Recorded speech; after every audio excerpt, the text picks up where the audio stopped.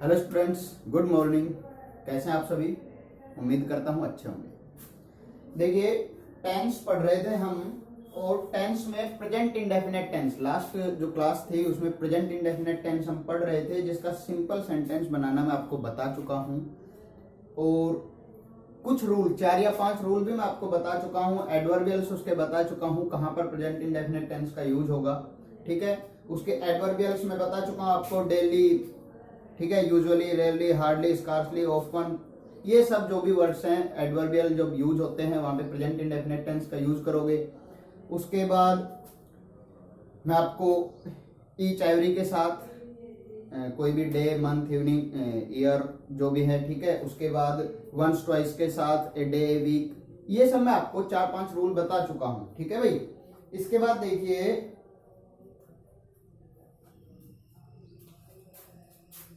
हाँ, नेक्स्ट आप जो भी है, तीसरा, चौथा, पांचवा जो भी आपका रूल चल रहा था, नेक्स्ट आप लिखिए कि यदि कोई भी यूनिवर्सल ट्रूथ हो,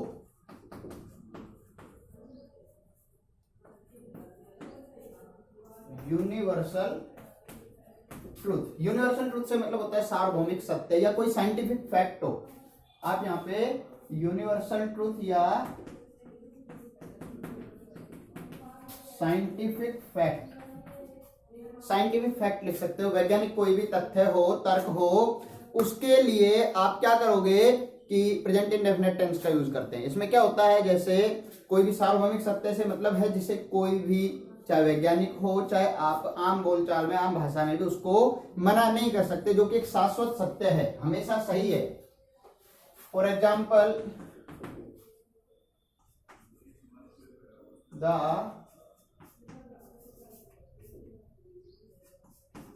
अर्थ अराउंड द सन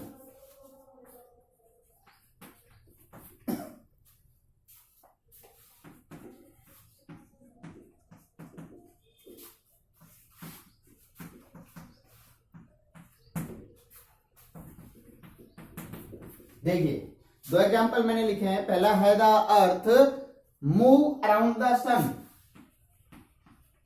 आपको क्या करना है, वर्ब की फर्स्ट फॉर्म रख लेनी है। यहां पे भी आपको क्या करना है, वर्ब की फर्स्ट फॉर्म रख लेनी है। इसके बाद आप आगे करेंगे। तो यहाँ पे अर्थ है वो सूर्य के चारों तरफ, पृथ्वी है वो सूर्य के चारों तरफ चक्कर लगाती है, जो कि एक साइंटिफिक फैक्ट भी है, एक यूनिवर्सल ट्रूथ भी है।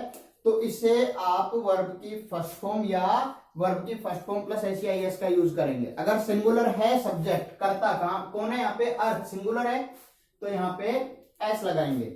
इसी तरीके से पानी है वो 100 डिग्री सेल्सियस पर उबलता है, तो ये भी एक साइंटिफिक फैक्ट है। साइंटिफिक फैक्ट कोई भी हो, प्रेजेंट इंडेफिनिट का यूज करोगे, क्या हो जाएगा, the water boils at 100 degree Celsius. ठीक है भाई। ये आप यहाँ पे किसका यूज करोगे, प्रेजेंट इंडेफिनिट टेंस का यूज करोगे, जब कोई भी यूनिवर्सल ट्रूथ की बात की गई हो।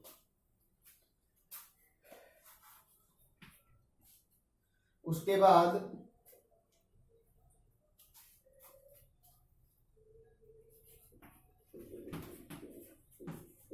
प्रोवर्ब, कोई भी कहावत हो, उसके लिए भी आप किसका यूज करते हो, प्रेजेंट इंडेफिनिट टेंस का यूज करते हो। ठीक है, जैसे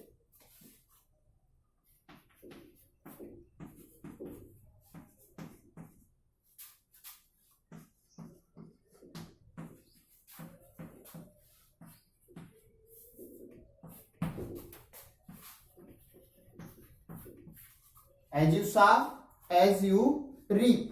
रीप वर्ब की फर्स्ट फॉर्म ही यूज होगी, क्यों, क्योंकि यहां पर प्रेजेंट इंडेफिनिट मतलब जैसा बोओगे वैसा काटोगे, एक कहावत है, उसी की तरह प्रोवर्ब इंग्लिश में उसी का मतलब प्रेजेंट इंडेफिनिट टेंस के रूप में इसको यूज करेंगे। ठीक है।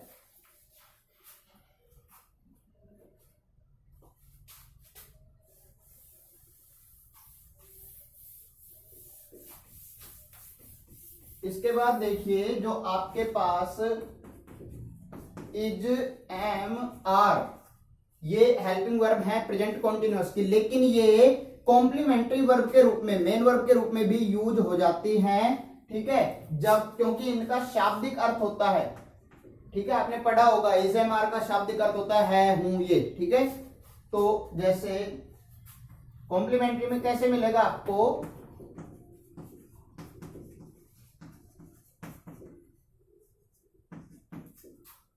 कॉम्प्लीमेंट्री यूज देखिए कैसे मिलेगा, बी का यूज मिलता है आपको। बी का मतलब क्या होता है, किसी चीज का होना, ठीक है, एग्जिस्ट होना, किसी चीज का अस्तित्व में होना, वहां पे आप यूज करते हो। जैसे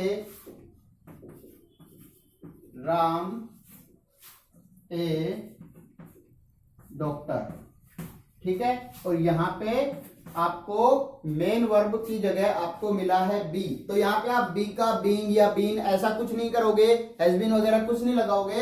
यहाँ पे क्या होता है, बी, जब भी आपको सेंटेंस के बाद में बी मिलता है, अगर सेंटेंस आपका प्रेजेंट टेंस का है तो आप इज एम आर लगाओगे, पास्ट का है तो आप वाज या वर का यूज करोगे बी के स्थान पे। बी की कोई भी फॉर्म लगा के आपको चेंज नहीं करनी होती है, ठीक है। तो यहाँ पे आप क्या करोगे, कोई भी पास्ट का कोई वर्ड ऐसा आपको नहीं मिल रहा है जिससे पता चले कि सेंटेंस पास्ट में है, तो हम इसको प्रेजेंट में रखेंगे, राम इज ए डॉक्टर, ठीक है, ही इज ए टीचर, ठीक है। तो ये आपका कॉम्प्लीमेंट्री वर्ब के रूप में जब यूज होगे तो भी वहां पे आप प्रेजेंट इंडेफिनिट टेंस को ही यूज करोगे। उसके बाद देखो अगला, देखो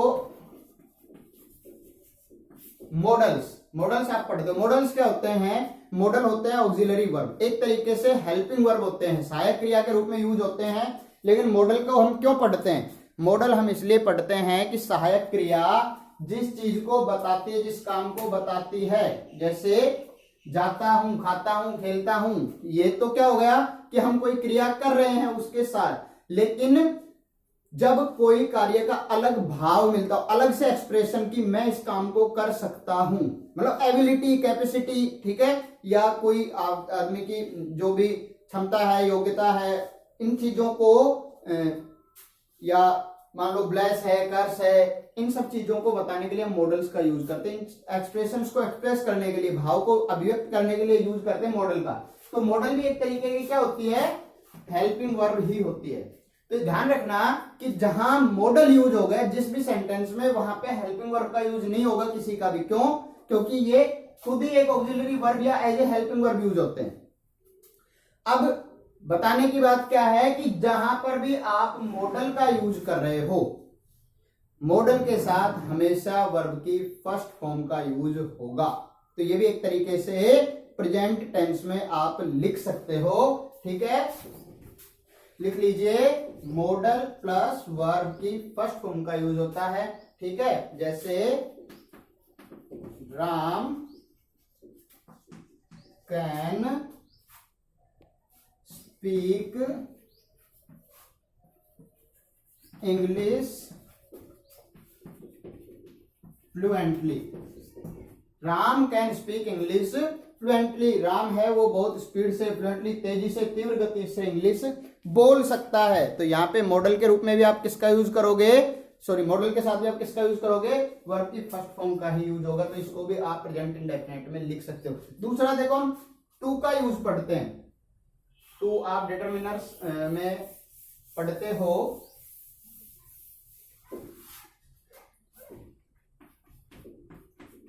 टू के साथ भी हमेशा वर्ब की फर्स्ट फॉर्म का ही यूज होगा। ध्यान रखना, टू के साथ भी हमेशा वर्ब की फर्स्ट फॉर्म का यूज होता है। जैसे I am to go now, is to, am to, are to, is am are के साथ जब टू लग जाता है तो इसका अर्थ चेंज हो जाता है। I am to go now, मैं अब जाने वाला हूं या मुझे अब जाना है, ठीक है ना, I am to go now. इसके बाद देखिए, मॉडल के साथ हमने लिखा वर्ब की फर्स्ट फॉर्म का यूज होता है, लेकिन मॉडल के साथ यदि बी लगा हुआ है तो हमेशा वर्ब की थर्ड फॉर्म का यूज होगा। इसको आप नोट डाल के लिख लीजिए, ठीक है ना, नोट डाल के लिख लीजिए। अगर मॉडल का आप यूज कर रहे हो, मॉडल के साथ बी लगा हुआ है तो वहां पे आप वर्ब की थर्ड फॉर्म का यूज करोगे, ठीक है। जैसे एक एग्जांपल बता देता हूं मैं, जिस तरीके से अभी आपने एक सेंटेंस लिखा था, राम कैन स्पीक इंग्लिश, ये लिखा था आपने, राम कैन स्पीक इंग्लिश। इसी को जब आप पैसिव वॉइस में चेंज करो तो ये चेंज हो जाता है। बी का यूज करते हैं हम कैन के साथ, क्या करेंगे, इंग्लिश कैन बी। अब यहां पे देखिए, मॉडल के साथ बी का यूज हो गया है तो वर्ब की जो फॉर्म है वो फर्स्ट से किस में चेंज हो जाएगी, थर्ड फॉर्म में चेंज हो जाएगी, Ram English can be spoken by Ram. ठीक है, ये मैं आपको जनरली बता रहा हूं, टेंस में नहीं है, जनरली आप आगे भी पढ़ोगे काम आएगा, इसलिए मैंने आपको ये चीजें हैं ये आपको बताइए।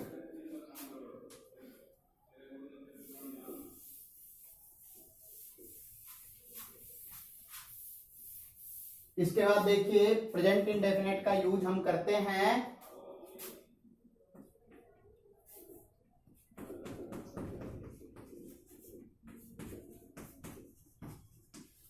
फिक्स्ड फ्यूचर प्लान के लिए।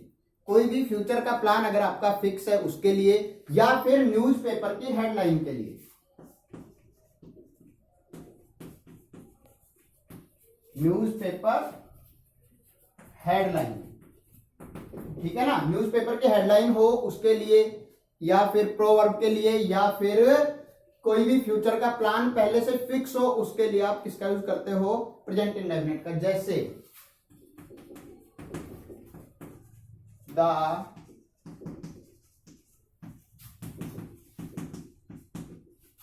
Prime minister mister Narendra Modi our college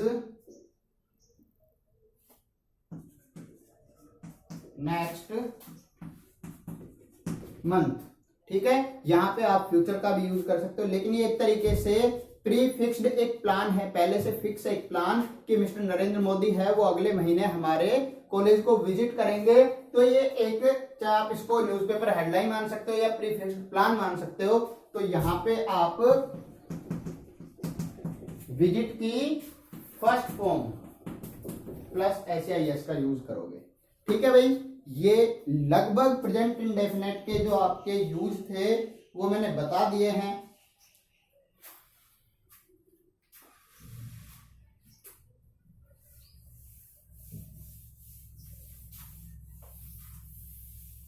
अब देखिए आपने अभी तक सिर्फ सिंपल सेंटेंस बनाए हैं, इसके बाद मैं आपको बता देता हूं अगर आपको नेगेटिव सेंटेंस बनाना है,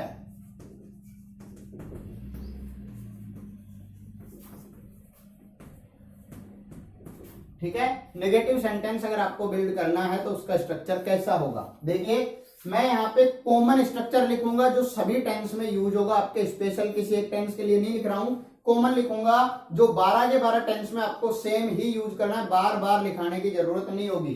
तो यहां पे देखिए subject plus helping verb plus note plus main verb plus object. देखिए यहां पे etc एक्सेट्रा इसलिए लिखता हूं मैं कि इसके अलावा, ऑब्जेक्ट के अलावा अगर कोई भी टाइम दिया हो, कोई जगह दिया हो, तो वो सब आपके लास्ट में आप लिख सकते हो, इसलिए मैं यहां पे लिखता हूं etc एक्सेट्रा, वो लास्ट में आ जाएगा। ठीक है भाई, जैसे देखिए फॉर एग्जाम्पल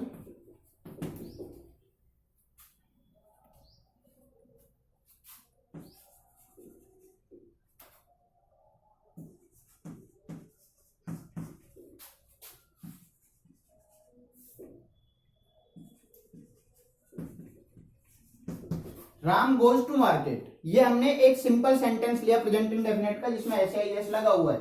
अगर अभी इसी को आपको ट्रांसफॉर्म करना हो किसमें, नेगेटिव सेंटेंस में, ट्रांसफॉर्म नहीं करेंगे, आप मतलब यहाँ पे ट्रांसफॉर्म करते हैं, लेकिन ट्रांसफॉर्म में क्या होता है, ट्रांसफॉर्मेशन में कि आप सेंटेंस को चेंज करते हैं, अर्थ वही रहता है, वो हम बाद में बताएंगे। अभी आप चेंज करोगे नेगेटिव सेंटेंस में, कैसे करोगे, सब्जेक्ट राम है आपके पास, ठीक है, उसके बाद आप करोगे हेल्पिंग वर्ब का यूज। हेल्पिंग वर्ब क्या है, यहाँ पे प्रेजेंट इंडेफिनिट चल रहा है, डू या डज, तो राम के साथ क्या लगाओगे, मैंने बताया आपको हेल्पिंग वर्ब किसके अकॉर्डिंग यूज होती है, सब्जेक्ट के अकॉर्डिंग। सब्जेक्ट है राम, क्या लगाओगे, सिंगुलर है, डज का यूज करेंगे, डज। उसके बाद नॉट, उसके बाद मेन वर्ब, क्या है मेन वर्ब यहाँ पे, go, Ram does not go to market.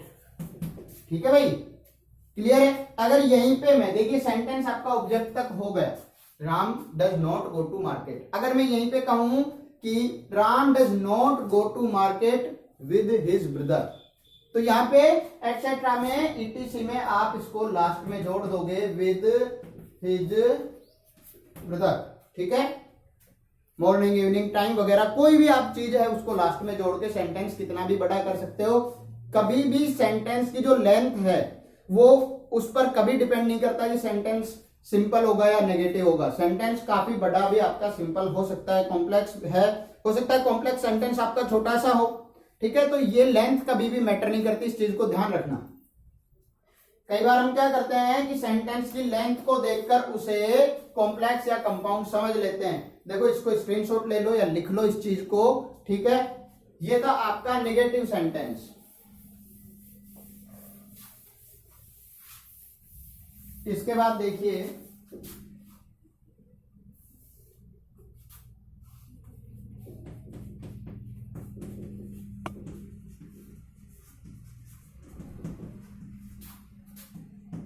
इसके बाद हम पढ़ते हैं इंटेरोगेटिव सेंटेंस। इंटेरोगेटिव सेंटेंस में क्या होता है, देखो इंटेरोगेटिव सेंटेंस में आप सबसे पहले लेते हैं हेल्पिंग वर्ब, फिर सब्जेक्ट, फिर मेन वर्ब, उसके बाद ऑब्जेक्ट प्लस ईटीसी एटसेट्रा जो भी है, और उसके बाद लास्ट में आप क्वेश्चन मार्क जरूर ऐड करते हैं। कोई भी लैंग्वेज हो, अगर आप सवाल पूछ रहे हैं तो क्वेश्चन मार्क आप जरूर ऐड करेंगे, ठीक है भाई। Helping verb plus subject plus main verb plus object plus etcetera plus question mark. यहाँ चेंज कितना सा हुआ है कि जो हेल्पिंग वर्ब है वो सब्जेक्ट से आगे आ गई है और लास्ट में हमने क्वेश्चन मार्क ऐड कर दिया बस, ठीक है। वही सेंटेंस हम फिर लेके चलते हैं। राम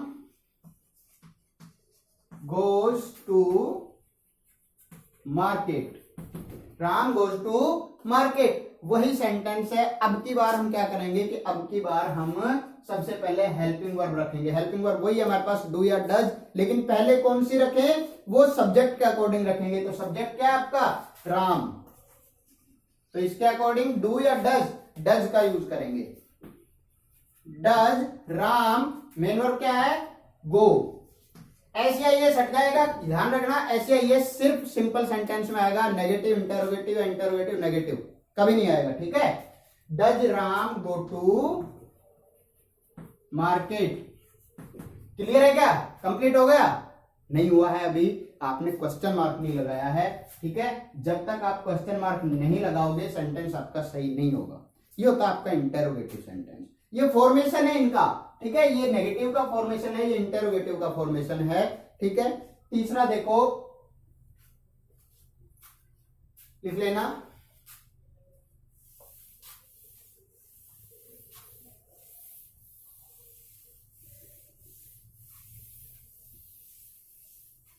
सिंपल, नेगेटिव और इंटेरोगेटिव, तीन सेंटेंस हम पढ़ चुके हैं, ठीक है। अब देखो पहले मैं आपको कुछ बताना चाहता हूं। इंटेरोगेटिव पढ़ा हमने अभी।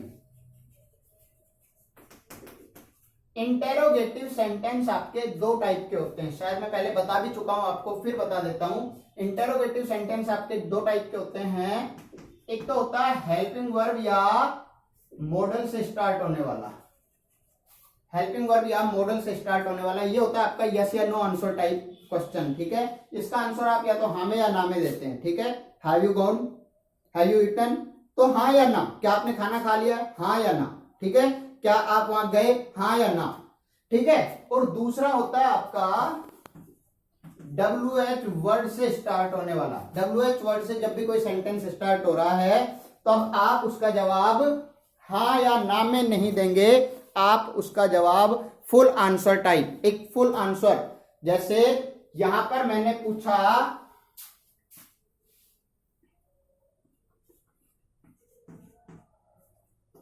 Do you eat food, do you eat food, क्या तुम खाना खाते हो, तो यहां पे तो आप जवाब क्या दोगे, हाँ या ना, हाँ या ना। लेकिन यहां पे मैं पूछूं व्हाट डू यू ईट, तुम क्या खाते हो, तो यहां पे आप हाँ या ना में जवाब नहीं देंगे, यहां पे आपको फुल आंसर देना होगा, आप खाना खाते हो, आप क्या खाते हो, ठीक है। तो ये होते हैं दो टाइप के इंटरोगेटिव सेंटेंस।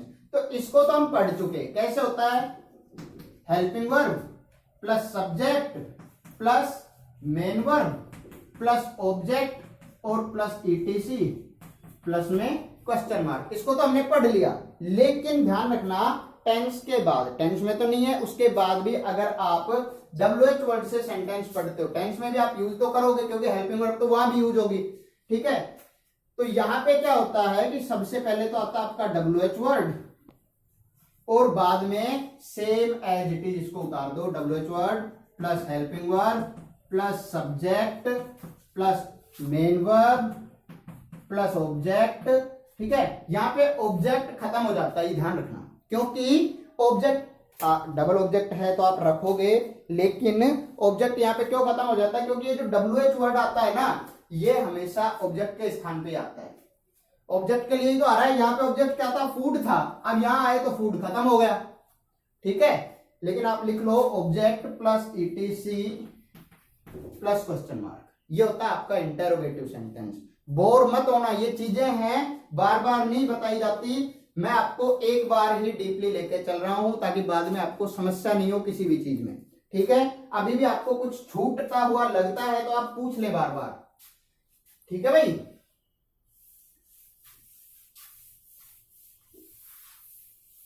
ये हुआ आपका इंटेरोगेटिव, और लास्ट बचता है आपका interrogative negative sentence. Interrogative negative sentence, इसमें क्या करते हैं हम, इसमें इंटेरोगेटिव से प्लस नेगेटिव से, दोनों से आप कुछ चीजें उठा के एक सेंटेंस का स्ट्रक्चर बिल्ड करते हैं, जिसमें क्या होता है, सबसे पहले हेल्पिंग वर्ब, उसके बाद सब्जेक्ट, उसके बाद नेगेटिव से नोट ले लिया हमने, ठीक है, plus main verb plus object plus ETC plus question mark. दोनों चीजों से हमने नेगेटिव से नोट लिया है और इंटेरोगेटिव से हमने क्वेश्चन मार्क लिया है। दोनों चीजों से ही हमने एक स्ट्रक्चर बिल्ड किया है जो कि आपको इंटेरोगेटिव प्लस नेगेटिव सेंटेंस बना के देगा। ठीक है, देखिए example, Ram goes to market. ठीक है, इसका हमने नेगेटिव बनाया था, Ram does not go to market. ठीक है, इसका हमने इंटेरोगेटिव बनाया था, does Ram go to market. ठीक है, ये नेगेटिव बनाया था, ये इंटेरोगेटिव। अब की बार बनाना इंटेरोगेटिव प्लस नेगेटिव, तो इंटेरोगेटिव से तो हम ये लेंगे आगे हेल्पिंग वर्ब डज राम, और नेगेटिव से हम क्या लेंगे, not, does Ram not go to market. ठीक है, और प्लस में क्वेश्चन मार्क। ठीक है भाई, ये आपके इंटेरोगेटिव प्लस नेगेटिव सेंटेंस है। अभी देखिए, इसको आप एक बार लिख लीजिए, समझ में अच्छे से आ जाएगा किस प्रकार से आप सेंटेंस है उसको बिल्ड करते हैं। ठीक है, फिर मैं आपको बता रहा हूं साथ की साथ कि अगर WH वर्ड हो तब कैसे करेंगे। ठीक है भाई, जल्दी करो।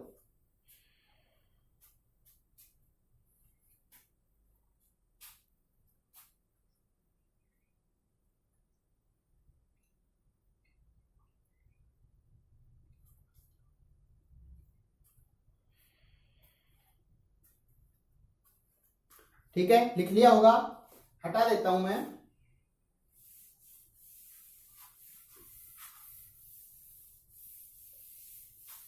ये होता है इंटेरोगेटिव नेगेटिव के हेल्पिंग वर्ब वाला स्ट्रक्चर। अगर WH वर्ड हो तो क्या होगा, WH word plus helping verb plus subject plus note plus main verb plus object plus etc question mark. ठीक है भाई, ध्यान रखना, ऑब्जेक्ट मैं जानबूझ के लिख रहा हूं क्योंकि अगर डबल ऑब्जेक्ट सेंटेंस आ जाता है तो फिर आपको लिखना पड़ेगा। ठीक है, जैसे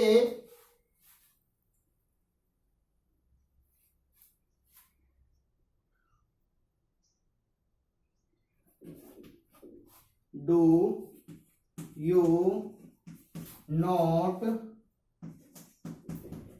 give money to the beggar. अब देखिए यहां पे क्या है, क्या देखो, do you not give money, clear हो गया, सेंटेंस खत्म हो गया यहीं पे, ठीक है, ऑब्जेक्ट मिल गया। लेकिन आगे क्या है, टू द बेगर, ठीक है, यहां पे डबल ऑब्जेक्ट है, एक तो मनी आपके पास ऑब्जेक्ट हो गया, बेगर आपके पास ऑब्जेक्ट हो गया, ठीक है। ये डायरेक्ट ऑब्जेक्ट है, ये इनडायरेक्ट ऑब्जेक्ट है। अब अगर WH वर्ड आप लिखते हो तो WH वर्ड में क्या करोगे कि वाई, उसके बाद helping verb, do you not give money to the beggar, ठीक है भाई, क्लियर है। Why do you not give money to the beggar. ऊपर वाले का है do you not give money to the beggar, क्या तुम भिखारी को पैसे नहीं देते हो, ठीक है। और दूसरा है वाई, क्यों नहीं देते हो, तो यह तो हो गया आपका यस या नो आंसर टाइप, हाँ या ना में, और ये हो गया आपका फुल आंसर टाइप, ठीक है भाई। कंप्लीट आपको जो सेंटेंस है वो बनाना मैंने बता दिया है। प्रेजेंट इंडेफिनिट के सारे एडवर्बियल, सारी पहचान, सारी आपको helping verb, main verb, use सब बता चुका हूं, ठीक है। फिर भी पॉसिबल है कोई ना कोई गलती हो सकता है, रह गई हो, कुछ छूट गया हो, तो उस चीज को आप लोग ध्यान रखना। कुछ आपको ऐसा लगता है छूट गया है तो वो आप पूछ लेना। बाइलिंगुअल इसलिए बोल रहा हूं, दोनों लैंग्वेज का यूज कर रहा हूं ताकि आप लोग इंग्लिश को भी पकड़ सको। अगर किसी को समस्या आती है, प्रॉब्लम है इंग्लिश में, ठीक है, तो वो कम से कम इस चीज को गेन कर सके, इसको पकड़ सके, इसलिए मैं हिंदी का भी यूज आपके साथ के साथ कर रहा हूं, ठीक है भाई। तो समस्या कोई भी हो आप लोग पूछ लेना। लास्ट टेंस खत्म होने के बाद मैं आपको एग्जांपल्स जरूर दूंगा, ठीक है। तब तक के लिए आप लोग पढ़ते रहो। समस्या कोई भी आती है कमेंट सेक्शन में आप कमेंट करके बताया करो, ठीक है भाई। Okay, thank you.